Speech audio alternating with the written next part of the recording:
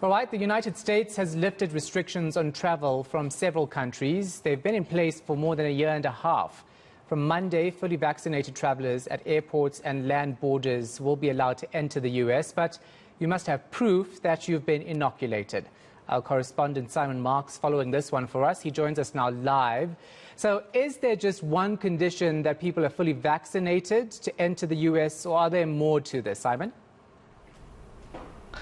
There's actually two conditions, Shahan. You now have to have proof of full vaccination, and that has to be with one of the vaccines approved by either the US Food and Drug Administration or the World Health Organization. But also you have to have proof of a negative COVID test result within a 72-hour window of arriving in the United States. So those are the two immediate requirements. There is a third one, though, that they've changed over the last few days here, and that is that it is no longer optional to provide your contact information when you arrive in the United States for where you're going to be staying in the United States. It is now mandatory to do that, and that is as a result of the White House requiring the airlines themselves to mount a track and trace operation. So if you fly into the United States on a plane and you're in seat 22C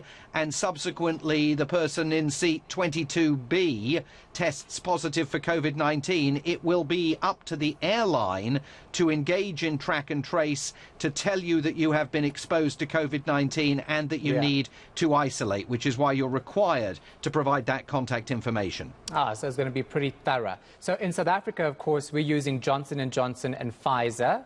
Is that on the approved list for the United States?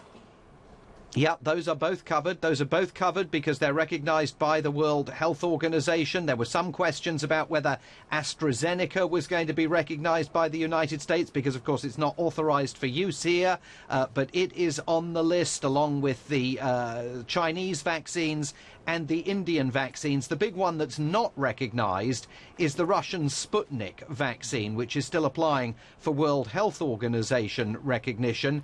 If and when it gets it, that will be added to the list as well. Yeah, very quickly, Simon, just in terms of the different waves that hit different countries, will the US adjust this list if a country is largely affected in terms of the rate of infection again, or is it going to stay this way?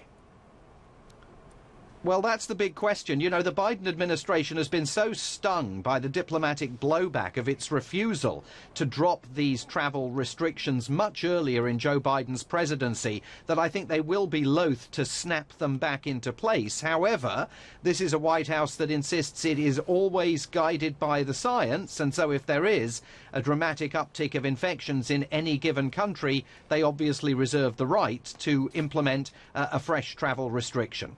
All right, thanks for the update. Simon Marks in Washington, D.C.